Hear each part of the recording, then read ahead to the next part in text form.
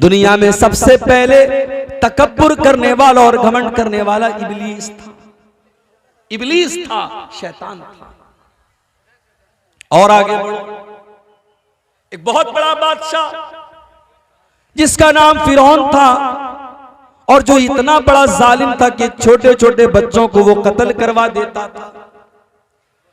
उसको जब ये बताया गया उसकी हुकूमत में एक बच्चा पैदा होने वाला है जो आगे चल करके उसकी हुकूमत को खत्म कर देगा, उसने ऑर्डर दे दिया, उसने आदेश दे दिया कि जितने घरों में लड़का पैदा होगा, बेटा पैदा होगा, उन सारे बच्चों को कत्ल कर दिया जाए। अगर बेटी पैदा हुई है तो उसको जिंदा रखा जाए, बेटा पैदा हुआ है तो कत्ल कर दिया जाए।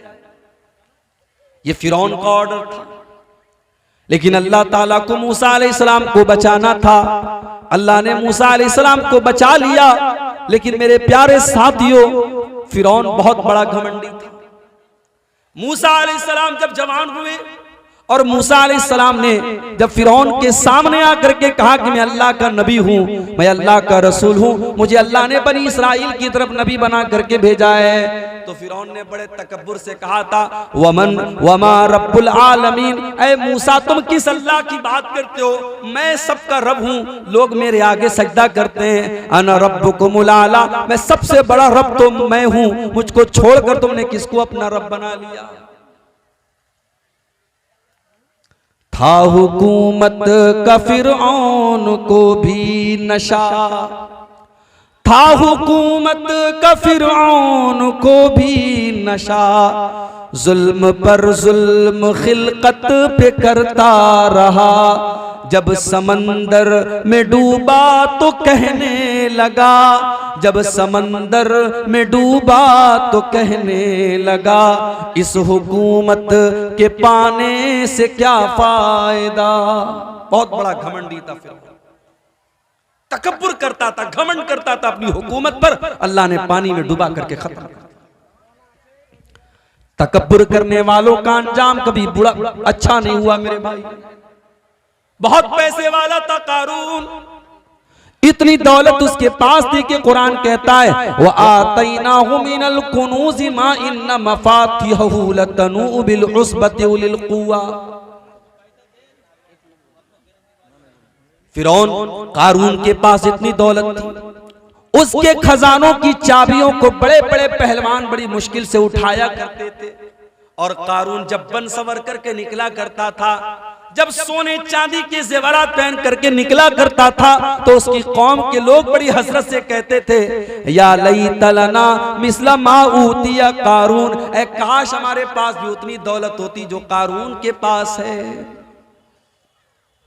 अपनी दौलत पे मगरूर कारून था, अपनी दौलत पे मगरूर कारून था, वो मुखालिफ था मूसा व हारून का।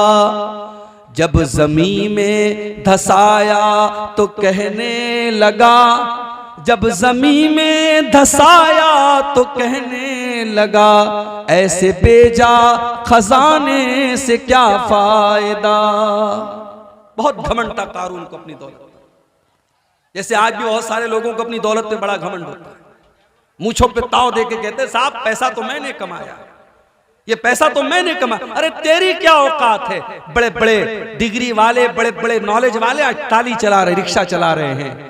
दौलत आपके टैलेंट के बल पे नहीं मिलती, दौलत देने वाला अल्लाह ताला है। बड़े बड़े टैलेंटेड लोग दुनिया में देख लो, रिक्शा चला रहे हैं, टाली चला रहे हैं, और बड़े जाहिल लोग, बड़े अंगूठा छाप लोग और बड़े बेवकूफ लोग करोड़ों कमा रहे हैं। दौलत की बुनियाद पर किसी की अक्ल का और किसी की हिकमत का मेयार तय नहीं किया जा सकता मेरे भाई। कारून के पास बहुत दौलत थी, घमंड था उसको। कारून क्या कहता था?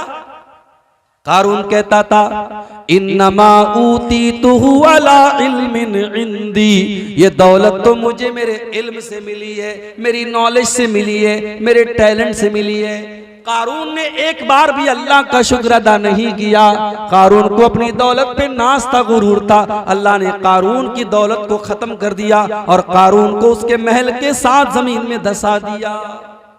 अल्लाह को तकब्बुर पसंद नहीं है मेरे भाई, अल्लाह को घमंड पसंद नहीं है। इसीलिए अल्लाह फरमाता है व इबादुर रहमानिल्लज़ीना यमशूना अलल अर्ज़ि हौना, मेरे स्पेशल बंदे वो हैं, मेरे खास बंदे वो हैं जो जमीन के ऊपर नर्म चाल चलते, जो तकब्बुर नहीं करते, जो घमंड नहीं करते, जो अहंकार नहीं करते।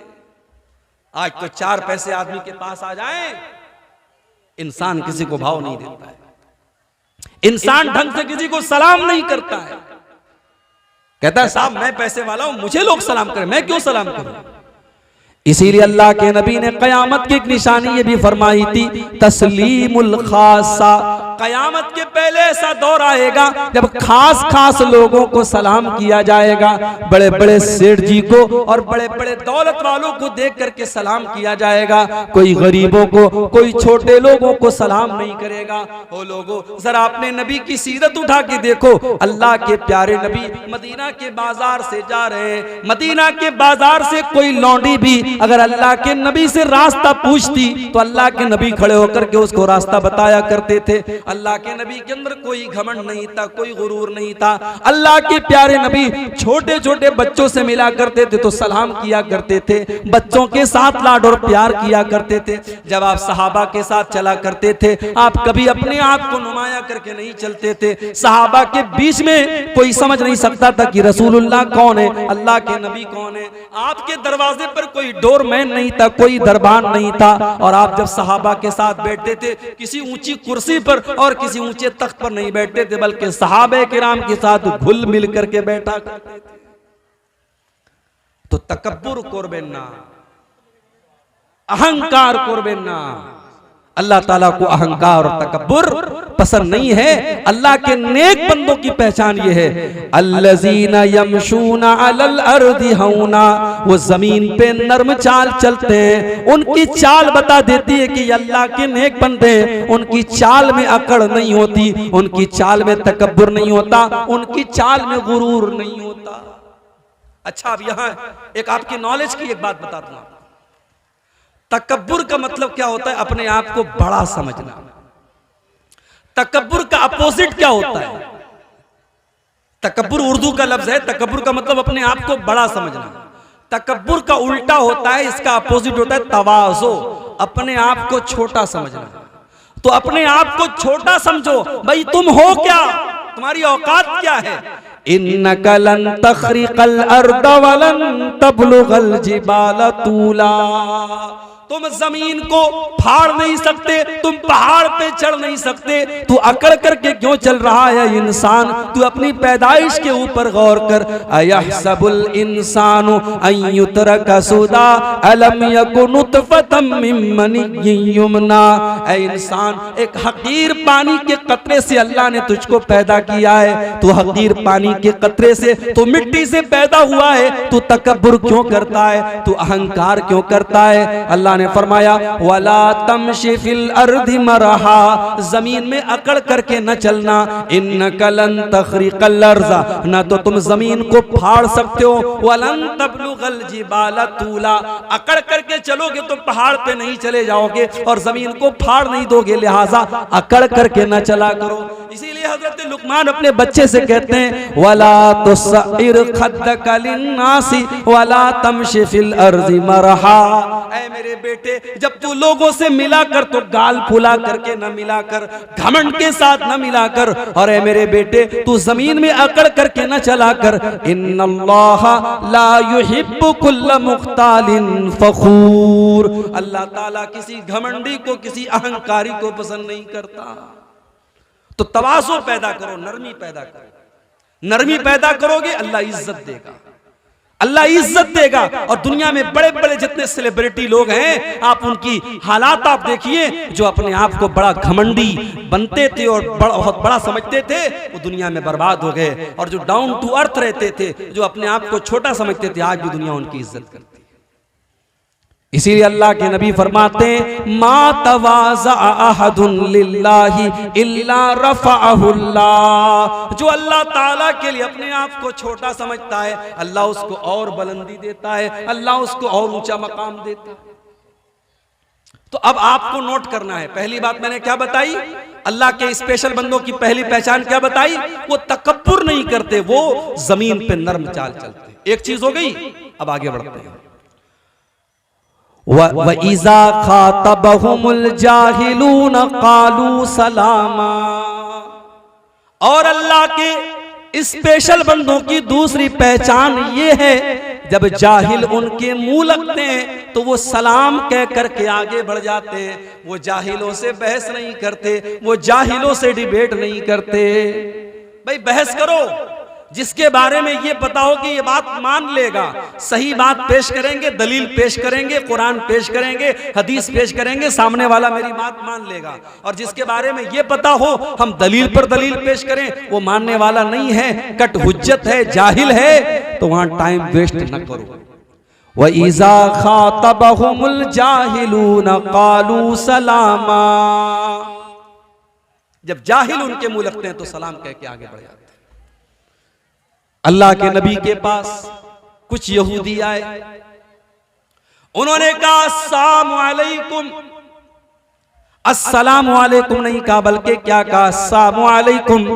अस्सलामु अलैकुम का मतलब होता है तुम पर सलामती हो, और अस्सलामु अलैकुम का मतलब तुम पर मौत आए, तुम हलाक हो जाओ, तुम नष्ट हो जाओ, तुम बर्बाद हो जाओ। उन्होंने अल्लाह के नबी को अस्सलामु अलैकुम कहा, उन्होंने अल्लाह के नबी के ऊपर बद्दुआ की, उन्होंने अल्लाह के नबी के ऊपर गलत जुमला कहा।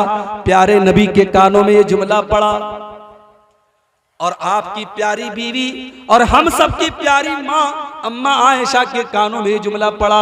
अम्मा आयशा अल्लाह के नबी से बहुत मोहब्बत करती थी, अपने नबी को बहुत चाहती थी।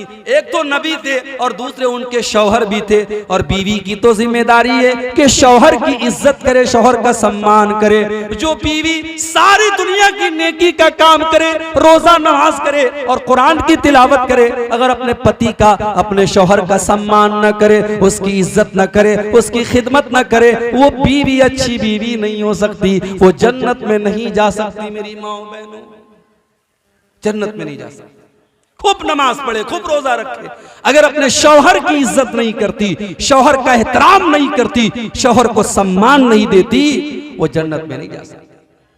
इसीलिए अल्लाह के नबी फरमाते इज़ा सल्लतिल मरअतु खम्सहा व सामत शहरहा व अतात ज़ौजहा व अहसनत फरजहा, जो औरत चार काम कर ले, पांचों टाइम की नमाज पाबंदी से पढ़े, रमजान का रोजा रखे, अपने शौहर की इताअत करे और अपनी इज्जत व आबरू की हिफाजत करे, जो औरत ये चार काम कर लेगी, अल्लाह के नबी फरमाते हैं दखलत मिन अब्वाबिल जन्नति शात, वो जन्नत के जिस दरवाजे से चाहे वो जन्नत में चली जाएगी, उसको जन्नत में जाने से कोई नहीं रोक सकता। मेरी प्यारी माँ बहनों, अपने शौहरों की इज्जत किया करो, कभी अपने शौहर की बुराई न किया करो, कभी अपने शौहरों को जलील न किया करो।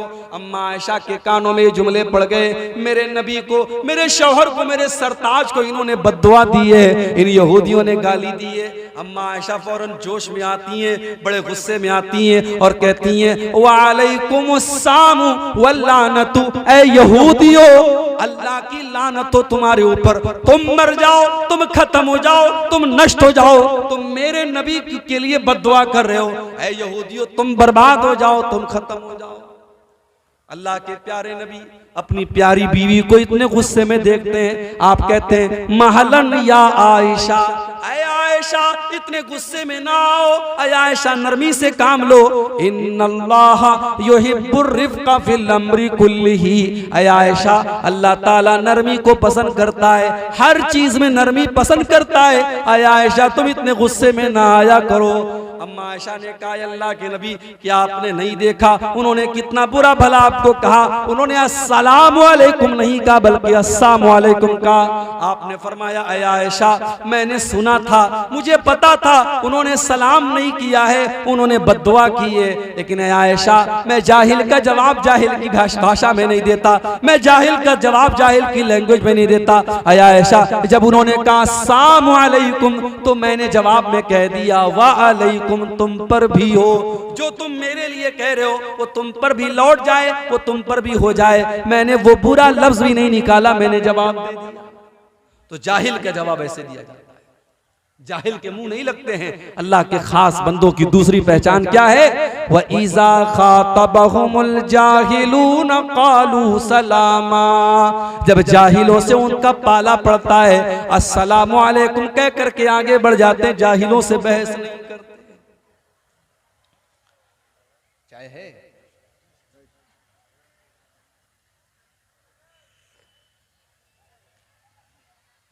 जाहिल किसको कहते हैं पता है? जरूरी नहीं है कि जाहिल वही आदमी जो पढ़ा लिखा ना, पढ़ा लिखा भी जाहिल होता है भाई। एक जाहिल हमारे पड़ोसी मुल्क में है, बड़ा बहुत ऊंची टोपी पहनता है, बहुत बड़ा अल्लामा उसको लोग कहते हैं वहां। अभी उसकी एक क्लिप मैंने सुनी इंटरनेट पर, उससे पूछा गया कि अल्लाह के नबी ने कब्र को पक्का करने से मना किया है, आप कब्र को पक्का करने से अल्लाह के नबी ने मना किया है, इस हदीस के बारे में आपका क्या कहना है? बिल्कुल क्लियर हदीस है अल्लाह के नबी की, नहा युजस्सल कब्र, अल्लाह के नबी ने कब्र को पक्का करने से मना किया है। अब वो अल्लामा साहब क्या जवाब देते हैं? कहते देखो कब्र किसको बोलते हैं? कब्र तो उस गड्ढे को बोलते हैं जिसमें मुर्दे को दफनाया जाता है, और कब्र के ऊपर का जो हिस्सा होता है उसको कब्र नहीं बोलते, उसको तावीज बोलते हैं। कहा कि नीचे का हिस्सा कच्चा होना चाहिए, नीचे का हिस्सा मिट्टी का होना चाहिए, ऊपर पक्का कर दो, पत्थर लगा दो, मार्बल लगा दो, टाइल्स लगा दो, कोई हर्ज नहीं है, नीचे कच्चा होना चाहिए। और इस तरीके से उन्होंने अपनी पब्लिक को बेवकूफ बना दिया और पब्लिक ने नारा लगा दिया। मेरे भाइयों ये पढ़े लिखे जाहिल हैं, जब ऐसे जाहिलों से आपका पाला पड़े तो आप सलाम कह करके आगे बढ़िए। तो ये दो चीजें हो, पहली चीज अल्लाह के खास बंदे जमीन पर नरम चाल चलते हैं, और दूसरी चीज क्या है? जब जाहिलों से उनका पाला पड़ता है तो सलाम कह करके आगे बढ़ जाते हैं। बुझते पारे? समझ में आ रही ना बात मेरी?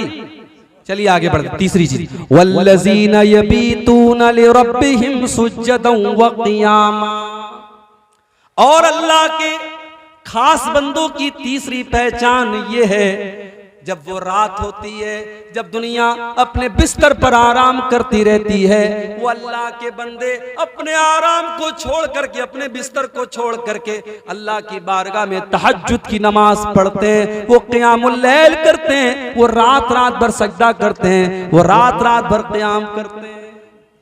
कहां गए वो नौजवान? वो नौजवान कहां गए जिनके बारे में कुरान कहता है ततजाफा जुनूबुहुम अनिल मज़ाजि'i यदऊना रब्बहुम खौफन व तमा, उनके पहलू, उनकी पीठ उनके बिस्तर से अलग होती है, वो रात में उठ करके अल्लाह को याद किया करते हैं, वो तहज्जुद पढ़ा करते हैं। आज का नौजवान तो रात को 2-2 बजे तक अपनी गर्लफ्रेंड से बातें करता है, रात को 3-3 बजे तक मोबाइल पर गंदे वीडियोस देखता है, और अपना पाकी के आलम में बिस्तर पे रात में सोता है। वो तो फजर भी नहीं पढ़ता है, वो तो 5 टाइम की नमाज भी नहीं पढ़ता है, वो तहज्जुद कहां से पढ़ेगा? मेरे भाई आज इस कौम को क्या हो गया, इस कौम के नौजवानों को क्या हो गया? इस कौम का नौजवान आज रात रात भर अय्याशी कर रहा है, रात रात भर गलत बातें कर रहा है, रात रात भर नजरों का ज़िना कर रहा है। मेरे प्यारे साथियों, अल्लाह के खास बंदे वो हैं जो रात रात भर सजदा करते हैं, क़ियाम करते हैं, जो रात रात भर तहज्जुद की नमाज पढ़ते हैं। और जानते हो जब नमाज की बात आती है, जब इबादत की बात आती है, तो हमारे नौजवान का जवाब क्या होता है? अरे शेख अभी तो जवान है, अभी तो मौज मस्ती करने के दिन है। जाओ जरा कब्रिस्तान में जो जनाजे उठते हैं जा करके देखो, क्या सारे जनाजे 60-70 साल वालों के? नहीं, 20 साल वालों का जनाजा भी आपको मिलेगा, 15 साल के बच्चों का जनाजा भी आपको मिलेगा, 2-2 साल के बच्चों का जनाजा भी आपको मिलेगा। मेरे भाइयों, मौत का फरिश्ता आपसे अपॉइंटमेंट लेकर के तो आपके पास नहीं आएगा, आपसे पूछ करके तो आपके पास नहीं आएगा। न जाने कब कौन सी बीमारी आएगी और आपको कब्र तक लेकर के चली जाएगी। इसलिए मेरे नौजवान साथियों, अपनी जवानी का मिस यूज न करना, अपनी जवानी का गलत इस्तेमाल न करना। कयामत के दिन अल्लाह ताला उस बंदे को अपने अर्श का साया देगा। वशाबुन नशा फी इबादतिल्लाह, वो नौजवान जिसकी जवानी अल्लाह की इबादत में गुजरी हो, जिसने रातों में तहज्जुद पढ़ी हो, जिसने रातों में क़यामुल लैल किया हो, जब दुनिया बिस्तरों पर सो रही हो वो रातों में उठ करके तहज्जुद पढ़ता हो, उस अल्लाह के नेक बंदे को कयामत के दिन कोई गर्मी नहीं लगेगी। आज हमारे पास पैसा होता है, हम सबसे पहले अपने घर में एसी लगवाते हैं, कूलर लगवाते हैं, पंखा लगवाते हैं। मेरे भाई, उस कब्र के अंदर कमें कौन एसी ला करके देगा, जिस कब्र में हमारे माँ बाप, हमारे बीवी बच्चे सब छोड़ करके हमको चले जाएंगे। कयामत के दिन जब सूरज 1 मील की यानी 1.5 किलोमीटर की दूरी पर होगा, कयामत के दिन कौन सी एसी हमको मिलेगी, कौन सा कूलर मिलेगा। मेरे भाइयों, हमने जवानी में जो अल्लाह की इबादत की होगी वही इबादत हमें एसी का काम करेगी। वशाबुन नशा फी इबादतिल्लाह, वो नौजवान जिसकी जवानी अल्लाह की इबादत में गुजरी हो, वही नौजवान कयामत के दिन अल्लाह के अर्श का साया पाएगा। उसको गर्मी नहीं लगेगी, उसको लू नहीं लगेगी, उसको पसीना नहीं लगेगा। अल्लाह के नबी के एक सहाबी थे अब्दुल्ला बिन उमर। ये किसके बेटे थे? हजरत उमर के बेटे थे। हजरत उमर कौन थे? अल्लाह के रसूल के ससुर थे। ससुर समझते नहीं समझते आप? ससुर जरूर समझते होंगे। सारी खुदाई एक तरफ, जोरू का भाई एक तरफ, बोलते ना। ससुर और साले को कौन नहीं समझेगा। तो हजरत उमर ससुर थे, उनकी बेटी हजरत हफ्सा अल्लाह के प्यारे नबी की बीवी थी, तो बीवी के बाप को ससुर बोलते हैं। उनके बेटे हैं अब्दुल्ला बिन उमर, तो गोया अब्दुल्ला बिन उमर अल्लाह के प्यारे नबी के साले थे। अच्छा, साले को बंगला में क्या बोलते भाई? साला ही बोलते हैं। अच्छा, साले को साला ही बोलते हैं। छोड़ो, हाँ, साला साला करेंगे तो ऐसा लगेगा गाली दे रहे मौलवी साहब। अच्छा, साले को उर्दू में क्या बोलते हैं पता है आपको? चलो बता देता हूं, आपकी नॉलेज में इजाफा कर देता हूं। साले को बड़ा बेहतरीन लफ्ज है उर्दू में, इसको कहीं याद कर लो और आप अपने साले को यही कह के बुलाया करो, बिरादरे निस्बती। क्या बोलते हैं? बिरादरे निस्बती। अपने साले को अब साले साहब मत बोलना, आप कहना बिरादरे निस्बती साहब कैसे हैं आप, तो खुश हो जाएगा, मेरा मकाम बहुत ऊंचा कर रहे हैं। तो अल्लाह के नबी के साले हैं अब्दुल्ला इब्न उमर रजी अल्लाह ताला। अब्दुल्ला बिन उमर ने एक मर्तबा ख्वाब देखा, सपना देखा। सपने में देखा कि 2 लोग मेरे पास आए और मुझको लेकर के कुएं के पास गए, और जब कुएं में मैंने झांक के देखा तो कुएं के अंदर आग जल रही थी। मैं देख करके डर गया। उन्होंने कहा तुम इसके अंदर नहीं जाओगे, और इतना कह करके मुझे वापस लेके आए, और फिर मेरी नींद खुल गई। मेरे पूरे चेहरे पर पसीना आ गया। मैं डर गया, कहीं ऐसा तो नहीं कि मैं जहन्नम में जाने वाला हूं, कहीं ऐसा तो नहीं मेरे साथ कुछ बुरा होने वाला है। लेकिन उनकी हिम्मत नहीं पड़ रही थी कि अपने इस सपने के बारे में वो अल्लाह के नबी को कैसे बताएं। तो कभी कभी ऐसा होता है, जब आदमी कोई बात किसी को नहीं बता पाता है तो अपनी बहन को बताता है, अपनी बड़ी बहन को बताता है, अपनी दीदी को बताता है। हजरत अब्दुल्ला बिन उमर ने अपनी बहन हजरत हफ्सा से कहा कि मैंने ऐसा ऐसा ख्वाब देखा है, तुम एक काम करो, इस ख्वाब का मतलब अल्लाह के नबी से पूछ करके मुझको बता दो।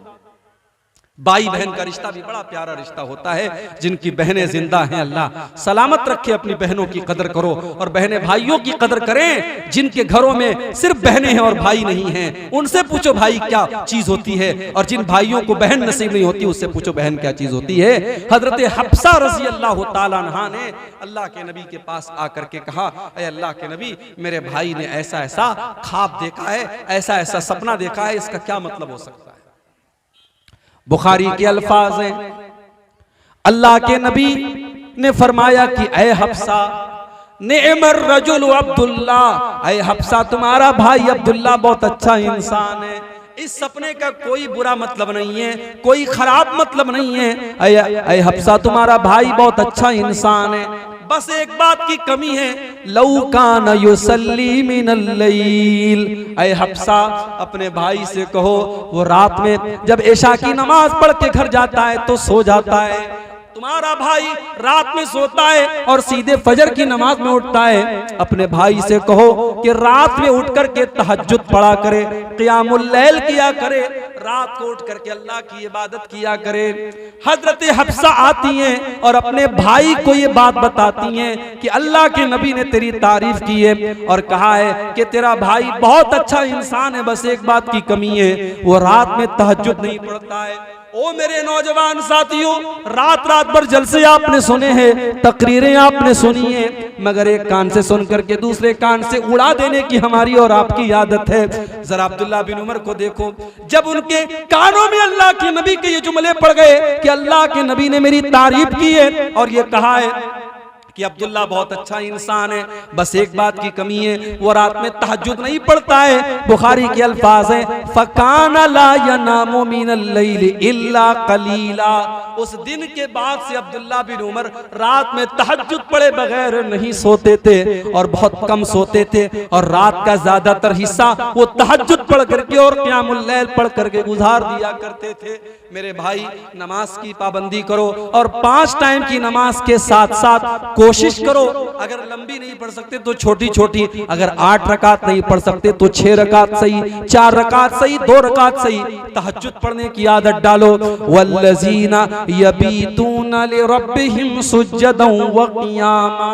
जिनकी गोद सुनिए, जिन औरतों को बच्चा नहीं हो रहा है और शादी के कई साल हो गए हैं, उन जोड़ों से कहूंगा रात में तहज्जुद पढ़ा करो। रात का टाइम कबूलियत का टाइम होता है, रात में अल्लाह दुआओं को सुना करता है। 5 टाइम की नमाज की पाबंदी करो और रात में तहज्जुद पढ़ के अल्लाह के सामने गिड़गिड़ा के औलाद मांगो। जिस अल्लाह ने ज़करिया अलैहिस्सलाम को 90 साल की उम्र में बेटा दिया था और 85 साल की उम्र में इब्राहिम को बेटा दिया था, वो अल्लाह आपको भी बेटा देगा।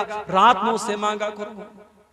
जिनके कारोबार में बरकत नहीं हो रही है, जिनके बिजनेस में लॉस हो जा रहा है, जिनको नौकरी नहीं मिल पा रही है, जो इम्तिहान में फेल हो जाया करते हैं, अपनी मेहनत करने के साथ साथ नमाज की पाबंदी करो मेरे भाई और रात में तहज्जुद पढ़ने की आदत डालो। ये अल्लाह के स्पेशल बंदों की पहचान है। वल्लज़ीना यबीतूना लिरब्बिहिम सुज्जदन व क़ियामा। तो ये हो गई तीसरी पहचान, अल्लाह के खास बंदे रात में तहज्जुद की नमाज पढ़ते हैं। अच्छा, जब आदमी तहज्जुद पढ़ेगा तो बोलो वो आदमी बुरा होगा कि नेक होगा? जाहिर है नेक होगा, मुत्तकी होगा, परहेजगार होगा। हमारे यहाँ तो जो बेचारा 5 टाइम की नमाज पढ़ता है उसको लगता है कि मैं तो जन्नत मेरे बाप की होगी, जन्नत में मैंने टिकट बना लिया। ये अल्लाह के खास बंदे तहज्जुद पढ़ रहे हैं, रात रात भर जाग रहे हैं, लेकिन उसके बाद भी वो अल्लाह से डरते रहते हैं। उनकी चौथी पहचान क्या है? वल्लज़ीना यक़ूलूना रब्बना सुरिफ़ अन्ना अज़ाब जहन्नम इन्ना अज़ाबहा कान गरामा। मेरे बंदे वो हैं जो अल्लाह से दुआएं किया करते हैं कि अल्लाह तो हमको जहन्नम के अजाब से बचा ले। जहन्नम का अजाब तो बड़ा खतरनाक है, ये इंसान से चिपक जाने वाला और इंसान से चिमट जाने वाला है। इन्नहा साअत मुस्तक़र्रन व मुक़ामा। जहन्नम बड़ा ही बुरा ठिकाना है, बड़ी बुरी जगह है। पता ये चला कि तहज्जुद पढ़ करके भी वो अल्लाह से डरते रहते हैं और जहन्नम से बचने की दुआएं करते रहते हैं। इसलिए मेरे भाई, कभी भी ये मत सोचो मैं नमाज पढ़ रहा हूँ, मैं कुरान पढ़ रहा हूँ, मैं नेकी का काम कर रहा हूँ तो मैं बहुत नेक बन गया, मैं बहुत मुत्तकी बन गया।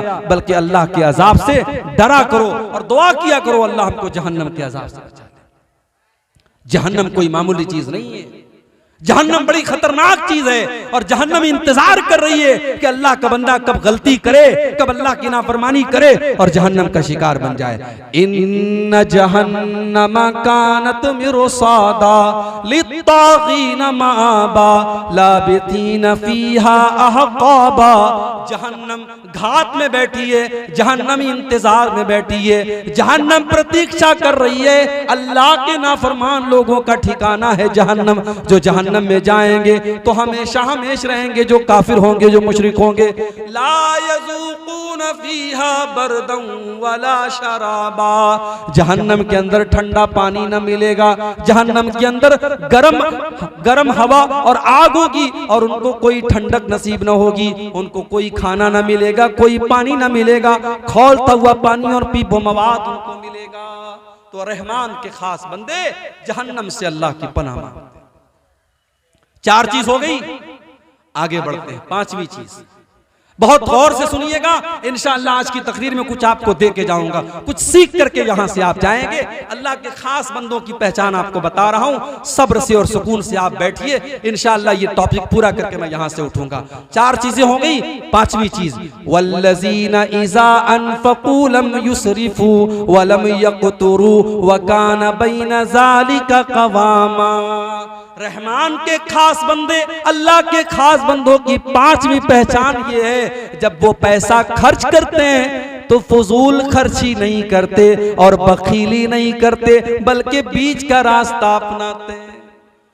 मेरे व्हाट्सएप पर किसी ने बड़ा अच्छा एक पोस्ट भेजा था, लिखा था मुसलमानों की अमीरी देखना हो, मुसलमानों की दौलत देखना हो, इनकी शादियां देख लो, इनकी पार्टीज देख लो, इनकी सगाई की पार्टी देख लो, इनकी मंगनी की पार्टी देख लो, और मुसलमानों की गरीबी देखना है, इनकी मस्जिद के इमाम की तनख्वाह देख लो, इनके मदरसे के टीचर की तनख्वाह देख लो, इनके मुअज्जिन की तनख्वाह देख लो। मुअज्जिन को तनख्वाह कितनी 2000, इमाम को तनख्वाह कितनी 4000, टीचर को तनख्वाह कितनी 5000। अरे 5000 का तो तू महीने में गुटखा खा जाता है, 5000 की तू पान खा जाता है, 5000 की तू बीड़ी और सिगरेट पी जाता है, और तू उस मौलवी को 5000 दे के कहता है कि तू अपने बाल बच्चों का पेट पाल ले। शर्म नहीं आती? शर्म करो। जो कौम अपने आलिमों को इज्जत नहीं करती वो कौम कभी कामयाब नहीं हो सकती। तो ये कौम गरीब नहीं है, ये कौम गरीब होती तो दौलत पर बेतहाशा पैसा न खर्च करते। बनारस में एक आदमी की शादी, अपने लड़के की शादी की उसने, तो लड़की वालों से डिमांड की, हम बहुत बड़े लोग हैं, हम बारात लेके आएंगे, हमारे लिए बनारस का सबसे कीमती लॉन बुक होना चाहिए। मुझे मेरे बनारस के भाइयों ने बताया कि उस लड़की का बाप भी चूंकि बहुत पैसे वाला था, उसने अपने बारातियों के लिए जो लॉन बुक किया, एक दिन के सिर्फ लॉन की कीमत, अभी खाने की बात छोड़ दो, खाना कितना महंगा रहा होगा, सिर्फ लॉन की कीमत, लॉन के अंदर जो डेकोरेशन था, जो कुर्सियां थी, जो टेंट लगा था, उस लॉन की कीमत 8 लाख रुपये थी। 8 लाख रुपए का लॉन बुक करके मुसलमान शादी कर रहा है, और उसके बाद कहता है साहब हम बड़े गरीब लोग हैं, हम बड़े गरीब हैं। तेरी शादियों से तो नहीं लगता तू गरीब है, तेरी लड़कियों के ज़ेवरात से नहीं लगता तू गरीब है, तेरी फजूल खर्चियों से नहीं लगता तू गरीब है। हाँ, मस्जिद में देने की बात आएगी, मदरसे में देने की बात आएगी तो तेरे जेब से 10 का नोट निकलेगा, तेरे जेब से 20 का नोट निकलेगा। मेरे भाइयों, माल आपका नहीं है, माल आपका नहीं है, माल अल्लाह का है। आपको इस्तेमाल करने के लिए मिला है, आपको यूज करने के लिए मिला है, आपको हिसाब देना पड़ेगा। माल कहां से कमाया और कहां खर्च किया, दोनों का हिसाब देना पड़ेगा। अल्लाह के नबी सल्लल्लाहु अलैहि वसल्लम फरमाते हैं, ला तज़ूलु क़दमा इब्ने आदम मिन इंदि रब्बिही यौमल क़ियामा।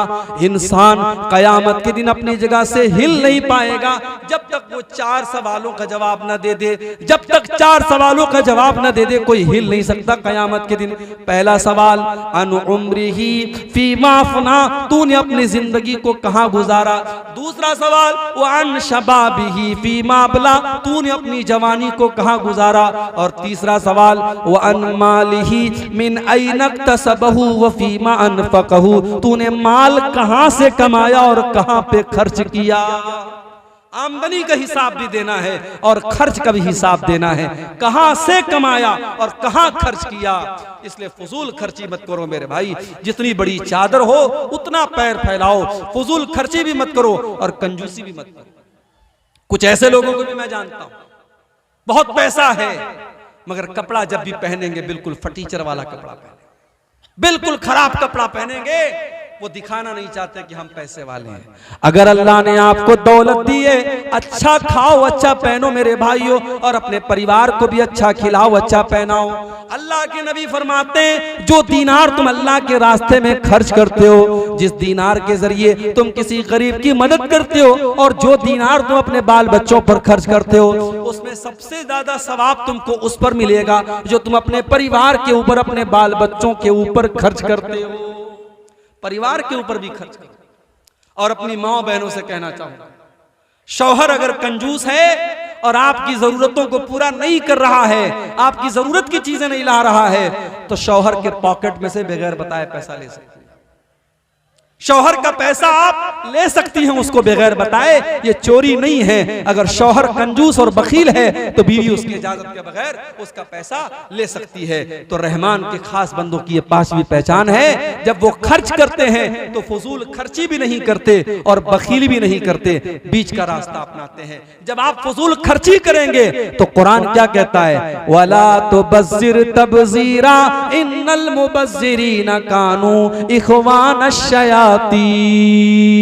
फजूल खर्ची न करो, हराम जगह पर पैसा मत खर्च करो। ये पैसा अल्लाह की अमानत है, सही जगह पर मस्जिदों में, मदरसों में, अपने बाल बच्चों के ऊपर, अपनी तालीम के ऊपर पैसा खर्च करो।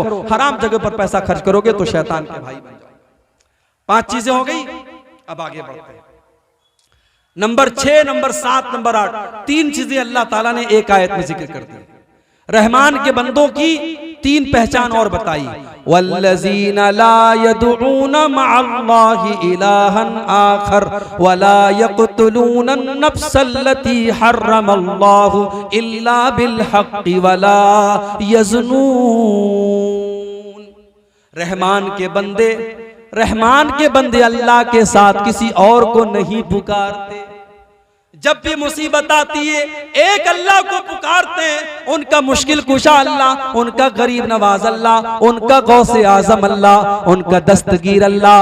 वो जब भी माथा झुकाते हैं अल्लाह के आगे झुकाते हैं, वो जब भी हाथ फैलाते हैं अल्लाह के आगे फैलाते हैं। औलाद मांगना हो तो अल्लाह से मांगते हैं, बिगड़ी बनाने वाला अल्लाह को जानते हैं। वल्लज़ीना ला यदऊना मअल्लाहि इलाहन आखर, वो अल्लाह के साथ किसी को नहीं पुकारते। यही शिर्क है मेरे भाई, अगर अल्लाह के साथ किसी और को हमने पुकारा यही शिर्क है, और शिर्क अल्लाह ताला के यहाँ माफ होने वाला गुनाह नहीं है। इन्न शिर्का लज़ुल्मुन अज़ीम, शिर्क दुनिया का सबसे बड़ा गुनाह है। और अल्लाह फरमाता है, इन्नल्लाह ला यग़फिरु अन युशरक बिही व यग़फिरु मा दून ज़ालिका लिमन यशा।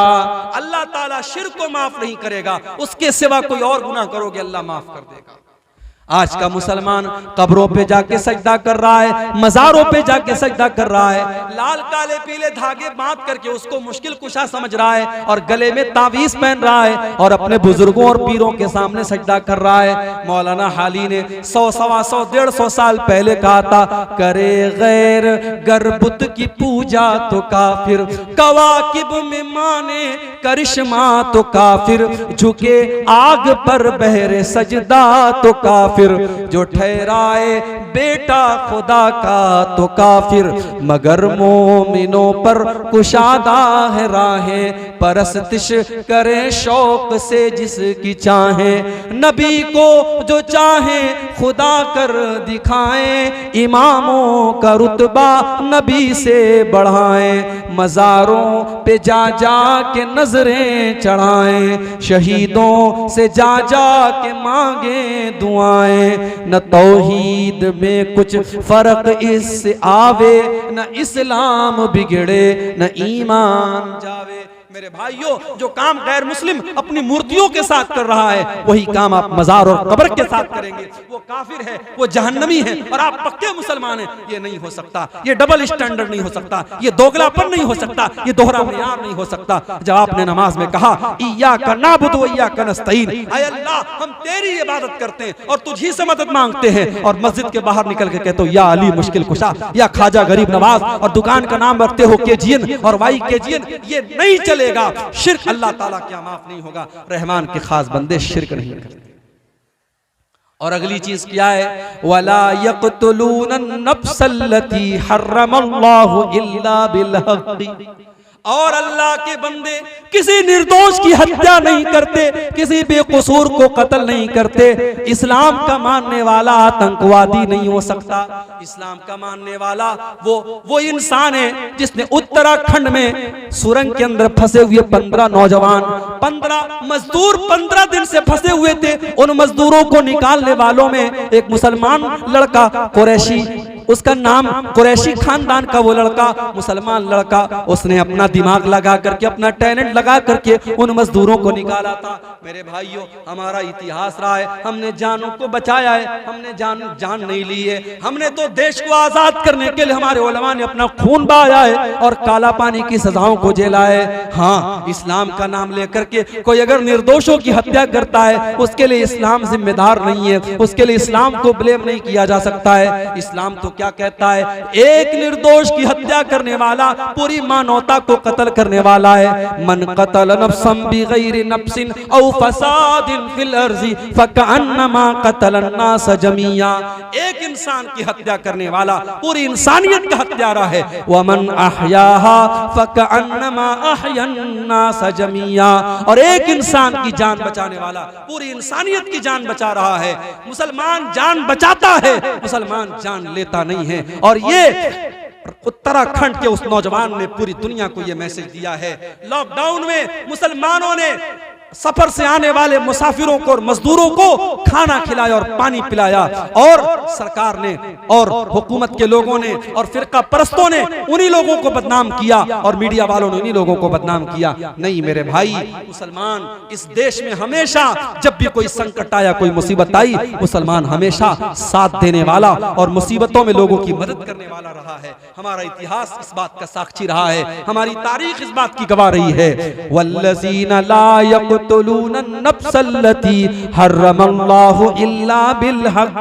अल्लाह के खास बंदे किसी को कत्ल नहीं करते, किसी की जान नहीं लेते, किसी बेकसूर की हत्या नहीं करते। वला यज़नून, और वो ज़िना नहीं करते, वो बदकारी नहीं करते, ज़िना नहीं करते। ज़िना क्या है? मर्द और औरत का गैर शरई तरीके से, नाजायज तरीके से ताल्लुक कायम करना। इस्लाम ने लड़का लड़की जवान हो गए, शादी के काबिल हो गए, इस्लाम ने शादी का ऑप्शन दिया है। अपने लड़कों की शादी समय पर कराओ, अपनी लड़कियों की शादी समय पर कराओ, और शादी के रस्म रिवाज को तोड़ दो। ये दहेज का चक्कर छोड़ दो, ये बारात का चक्कर छोड़ दो।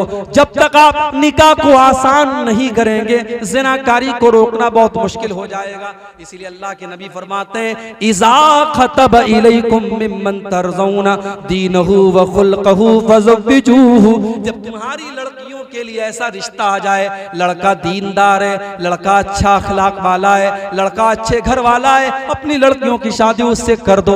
इल्ला तफअलू, अगर तुम ऐसा नहीं करोगे, तकुन फितनतुन फिल अर्ज़ि, तो जमीन में बहुत सारा फितना फैल जाएगा, व फसादुन अरीज़, और बहुत सारा फसाद फैल जाएगा। आज निकाह मुश्किल हो गया और ज़िना आसान हो गया।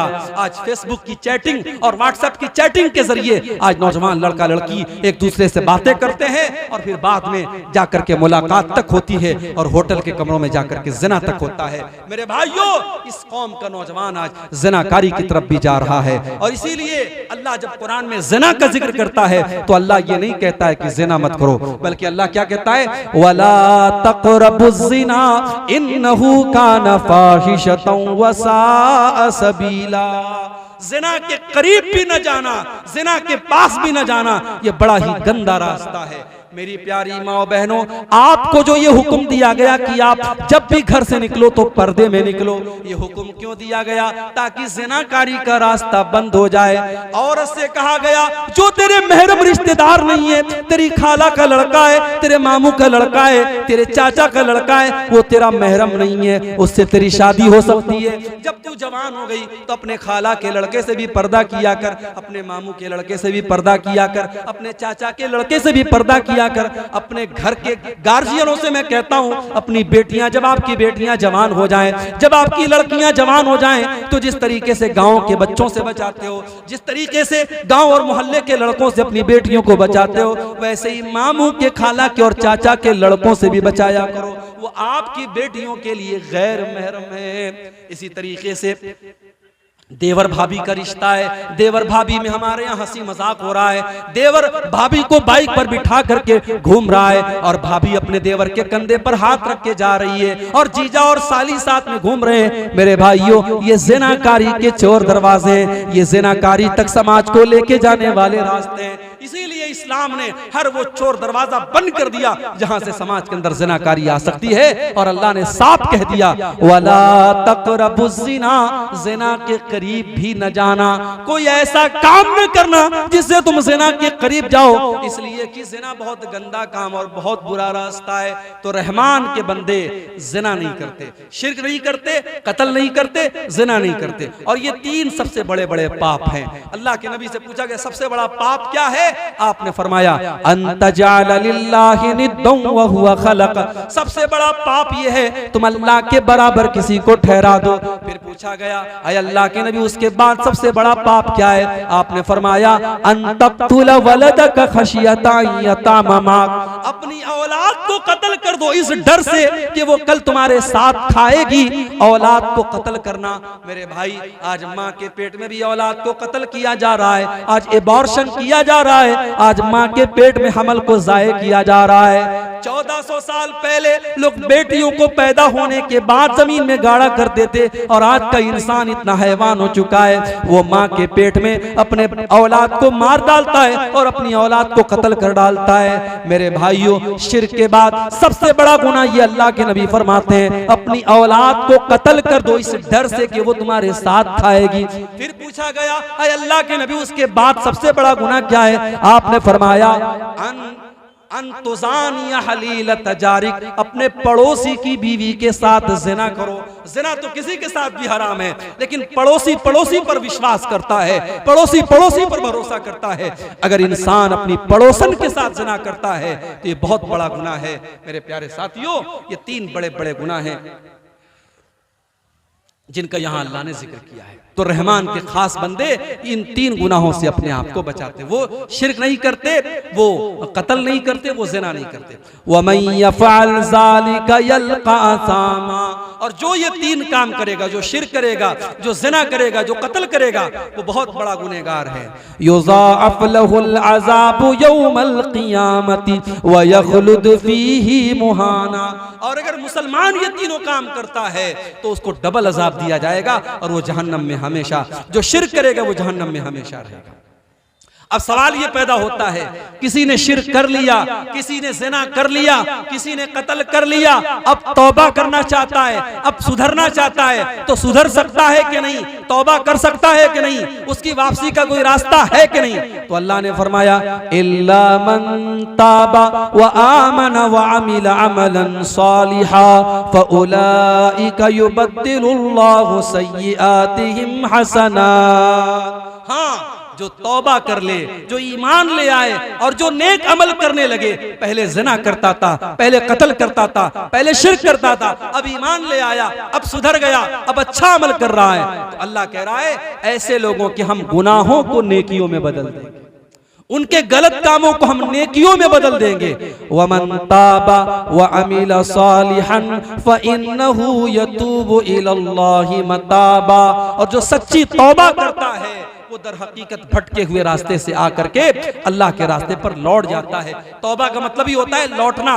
जब गलत काम कर रहा था, गलत रास्ते पे जा रहा था, अब तौबा कर लिया, अब सही रास्ते पर लौट गया। पहले एनएच पे चल रहा था, हाईवे पे जा रहा था, अब दाएं बाएं जाने लगा, अब जब तौबा कर लिया दोबारा एनएच पे आ गया, दोबारा हाईवे पे आ गया। तो तौबा करने वाला अल्लाह के रास्ते पे लौट आता है, इसीलिए तौबा को तौबा कहा गया।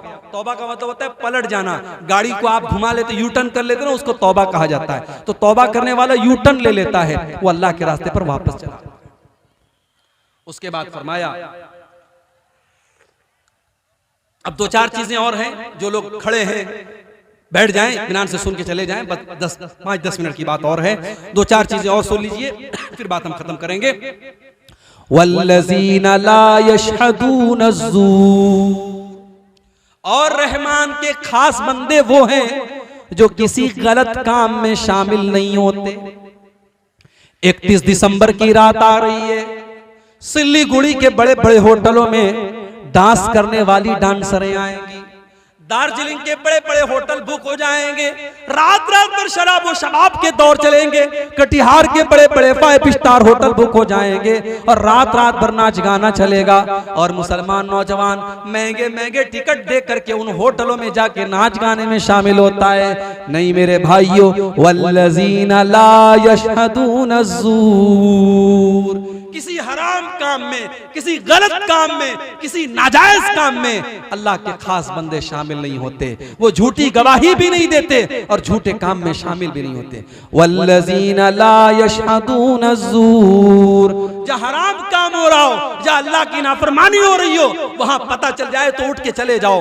अभी एक मौलवी साहब का बड़ा अच्छा वीडियो मैंने देखा, बिहार के दरभंगा का वीडियो।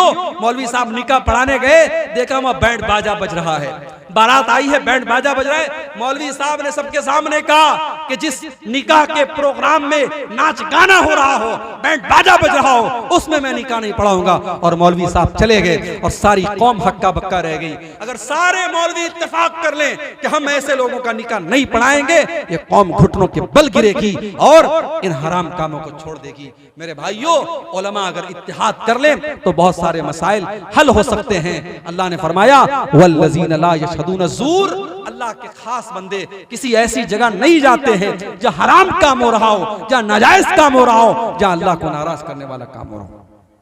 व इज़ा मर्रू बिल्लग़्वी मर्रू किरामा, और जब किसी ऐसी चीज के पास से उनका गुजर होता है जो हराम है, जो नाजायज है, जो लग़्व चीज है, तो वहां से वो शराफत से गुजर जाते हैं। आप सड़क पे जा रहे हैं और किसी हीरोइन का पोस्टर लगा हुआ है, उसने आधे अधूरे कपड़े पहने हुए हैं। अब आप अपनी नजर को बचा के चले जाइए, आपके चाहने से वो पोस्टर तो हटेगा नहीं। आज तो इन हीरोइनों की यही औकात है, वो मर्दों की चड्डी और बनियान का प्रचार कर रही है, मर्दों के अंडरवियर का प्रचार ये नंगी होकर के ये औरतें कर रही हैं। और दुनिया कहती है साहब ये हीरोइन है, ये एक्ट्रेस है, ये सेलिब्रिटी है। ऐसे सेलिब्रिटीज के ऊपर मैं थूकता हूं जिसकी औकात ये है वो मर्दों की चड्डी और बनियान का प्रचार करने के लिए नंगी हो रही है। ये उन हीरोइनों की इज्जत है। मेरे प्यारे साथियों, जब आप सड़क से गुजरे, जब आप स्टेशन से गुजरे, जब आप रास्ते से गुजरे और ऐसा कोई पोस्टर आपके सामने से गुजर जाए, व इज़ा मर्रू बिल्लग़्वी मर्रू किरामा, तो शराफत से गुजर जाइए। फेसबुक आप चला रहे हैं, अच्छी अच्छी बातें फेसबुक पर आ रही हैं, अब नीचे रील्स आ गई।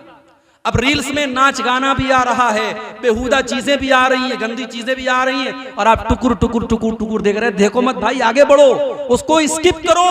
वइज़ा मर्रू बिल्लग़्वी मर्रू किरामा, ये फेसबुक की दुनिया, ये सोशल मीडिया की दुनिया, यहाँ अच्छी चीजें भी और गंदी चीजें भी। अब ये आप पर डिपेंड करता है कि आप अच्छी चीजों में अपना टाइम लगाते हैं या गंदी चीजों में अपना टाइम बर्बाद करते हैं। व इज़ा मर्रू बिल्लग़्वी मर्रू किरामा, अल्लाह के खास बंदे उन लग़्व चीजों के पास से, उन नाजायज चीजों के पास से शराफत से गुजर जाते हैं। जानते हो, जब हम मोबाइल चलाते हैं ना तो 3 चीजें हमारी काम करती हैं। एक तो उंगली से हम टच करते हैं, उंगली काम करती है, और एक आंख से देखते हैं, आंख काम करती है, और एक कान में ईयरफोन घुसेड़ लेते हैं। ईयरफोन या उसको क्या बोलते हैं, एयरपॉड और हेडफोन, क्या क्या होता है वो हम कान में लगाते हैं। तो कान काम करता है, आंख काम करती है और उंगली काम करती है, और यही तीनों चीजें क़यामत के दिन गवाही देंगी। अल्लाह फरमाता है हत्ता इज़ा मा जाऊहा शहिदा अलैहिम समउहुम व अबसारुहुम व जुलूदुहुम बिमा कानू यअमलून। क़यामत के दिन तेरी आंख तेरे खिलाफ गवाही देगी, तेरे कान तेरे खिलाफ गवाही देंगे, और तेरे बदन की चमड़ी तेरे खिलाफ गवाही देगी। व क़ालू लिजुलूदिहिम लिमा शहिदतुम अलैना क़ालू अल्लाहुल्लज़ी अंतक़ कुल्ल शै। और इंसान कहेगा अपनी चमड़ी से तू कैसे बोल रही है, और इंसान की चमड़ी कहेगी कि आज अल्लाह ने हमको बोलना सिखाया है और हम तेरे पोल खोलेंगे, हम तेरे करतूत खोलेंगे। तू उंगली से क्या क्या टच करता था, क्या क्या खोलता था, तू मोबाइल की स्क्रीन पर क्या क्या देखता था, तू कानों से क्या क्या सुनता था।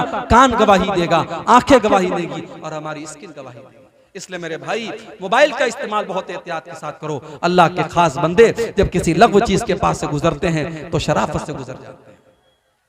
वल्लज़ीना इज़ा ज़ुक्किरू बिआयाति रब्बिहिम लम यख़िर्रू अलैहा सुम्मा सुम्मन व उमयाना।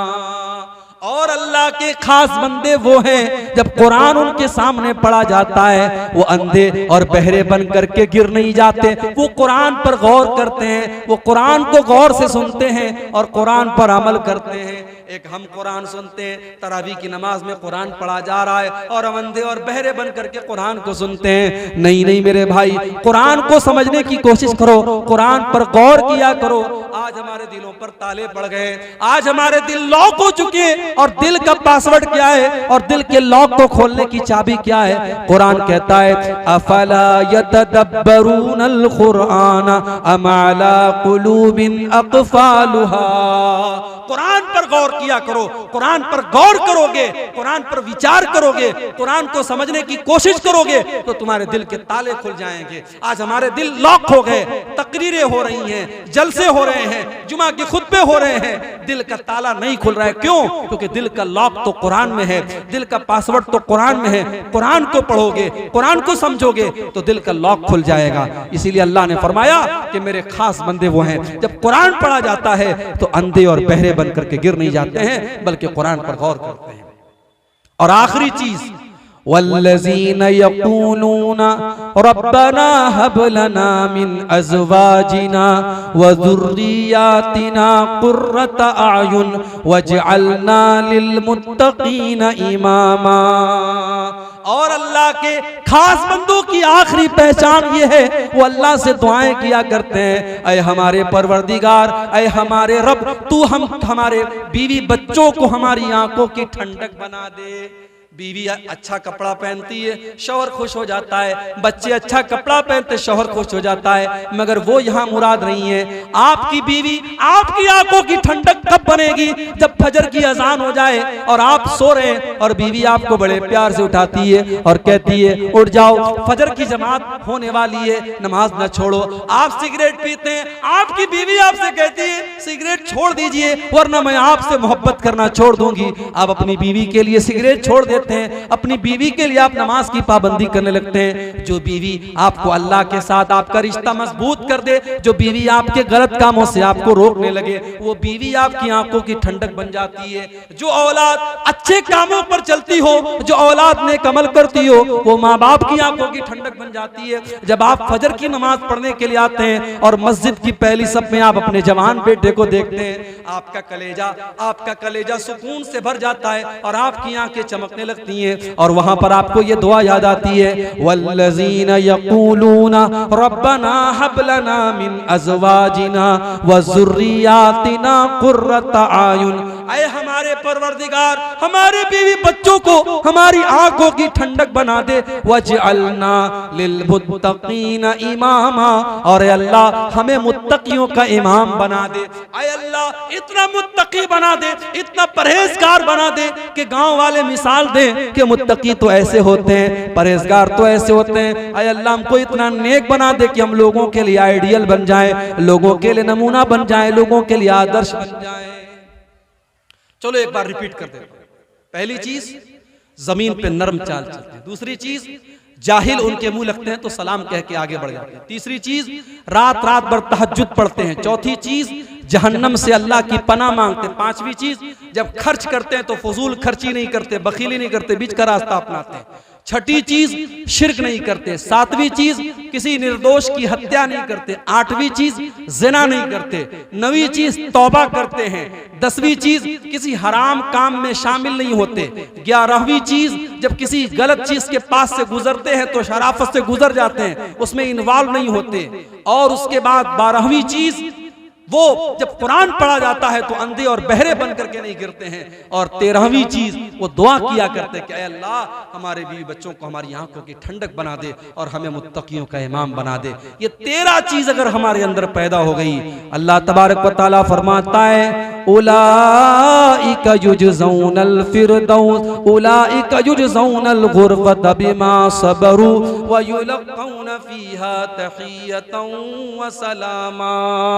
इनको जन्नत में कमरा मिलेगा, इनको जन्नत में रूम मिलेगा। अरे दुनिया के बड़े बड़े 5 स्टार होटलों में 10-10 हजार का 50-50 हजार का एक दिन का रूम मिलता है, अल्लाह जन्नत में आपको रूम देगा।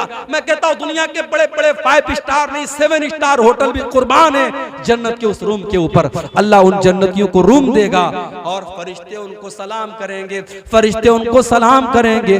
खालिदीन फीहा हसनत मुस्तक़र्रन व मुक़ामा। और जब वो जन्नत में जाएंगे, दुनिया में आप होटल में जाते हैं, 3 दिन के लिए होटल बुक हुआ, चौथा दिन आया होटल का मुलाजिम आया, चलिए साहब रूम खाली कीजिए, 3 दिन पूरा हो गया। मगर जन्नत में आपको रूम नहीं खाली करना है, जन्नत का रूम परमानेंट आपका हो जाएगा, जन्नतियों को हमेशा जन्नत मिलेगी। मेरे भाइयों, ये 13 चीजें अपने अंदर पैदा कर लो, ये 13 चीजें अपने अंदर पैदा कर लो। ये 13 चीजें अगर पैदा हो गई तो इंशाअल्लाह अल्लाह हमें जन्नत में दाखिल करेगा और जन्नत में हमेशा रहेंगे। खालिदीन फीहा हसनत मुस्तक़र्रन व मुक़ामा। हमेशा हमेशा वो जन्नत में रहेंगे और जन्नत से बेहतरीन क्या ठिकाना है। मेरे भाइयों, अपने आप को और अपने बीवी बच्चों को इन 13 चीजों की आदत डलवा दो। ये 13 चीजें अपने अंदर पैदा कर लो।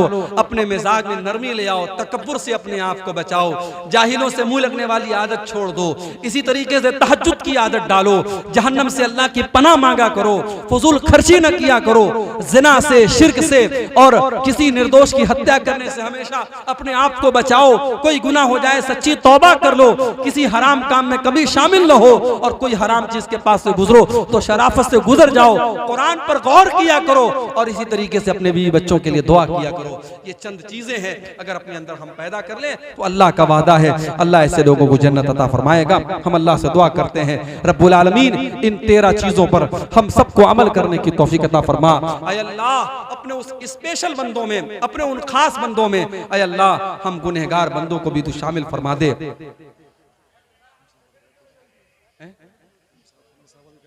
अच्छा भाइयों, आप जानते हैं, बताने की जरूरत नहीं है, बड़ी क्लियर बात है। जलसा आपके इलाके में मदरसे के चंदे के लिए होता है और कलेक्शन के लिए सिर्फ एक मौलवी साहब आए थे और मुझे लगता है जैसा कलेक्शन आप लोगों को करना चाहिए था, देना चाहिए था, वैसा आपने नहीं दिया है। बहुत अफसोस की बात है। महीनों की मेहनतों के बाद ये प्रोग्राम होता है और बड़ी मेहनत करके जलसे का इनेकाद होता है। मैं आपसे गुजारिश करता हूँ, जाते जाते आप इस मदरसे को अपना कीमती ताउन 100 रुपये, 500 रुपये, 1000 रुपये, जो भी आपकी ताकत है आप दे करके जाएं। ये इंशाअल्लाह आपके हक में सदक़े जारिया का काम करेगा और ये मदरसा, और जब तक मदरसे के बच्चे पढ़ते रहेंगे इंशाअल्लाह आपके हक में खैर का जरिया और खैर का बाइस बनेगा। आइए और इस कार्य खैर में हिस्सा लेते हुए जाइए। अल्लाह ताला हम सब की नेकियों को कबूल फरमाए और इस इदारे को दिन दूनी रात चौगुनी तरक्की अता फरमाए।